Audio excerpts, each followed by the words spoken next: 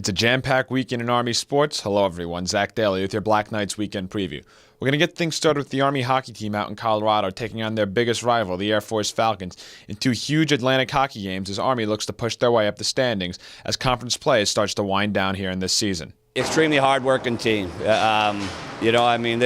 are just relentless on the puck. They always have bodies going to the net. They're good and goal. I mean, they're good in all areas of the game. So you know what? If we're going to beat those guys, then we're going to have to play real well, and we know that, and we're certainly looking forward to the challenge. It's that time of year again for Army gymnastics as the West Point Open returns to Christl Arena on Friday and Saturday. Friday will hold the team competition, and the preliminary competition for the individuals and the individual finals will be on Saturday night. Head coach Doug Van Everett knows that the Army gymnastics team is looking good going into this competition after they're coming off a hard-fought match against Penn State. I think we're going to do well. We just came back from Penn State, and we actually had probably one of our best opening competitions with a relatively young team. I mean, we're a balanced team, but we certainly competed a lot of freshmen, and so that's a big deal, and those guys did extremely well. And so on the mid-range level right now, those kids did great. And then the upper end, I mean, we've just got some horsepower that should do super well here. Army swimming and diving will take on Colgate and Lafayette this weekend, and they're hoping that their training trip to Puerto Rico a few weeks ago is going to help them as they move closer to the championship season.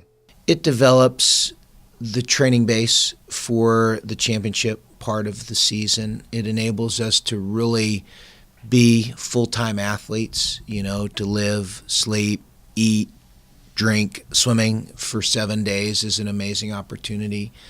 And it really brings them together as a team. They're living together, they're training together, they get to know each other and really make the connections, I think, that set us up spiritually, in a sense, for the last part of the season.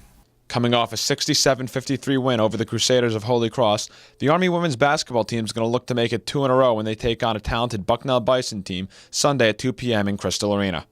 I mean, we're going to see some athletes here on Sunday, and we're going to see a very, very good front line, on Sunday with Dotson and DeBoer, and they've got a freshman who's really good, big kid, 6'2" kid. So we're going to have our hands full. There are a few other teams in action for the Black Knights this weekend on the road. The Army men's basketball team will take on Bucknell. They'll also look to make it 2 in a row in the Patriot League this weekend. The wrestling team will take on UPenn, as well as the track team. They'll be up in Boston taking part in the battle for Beantown. That's going to do it for your weekend preview. For Night Vision, I'm Zach Daly.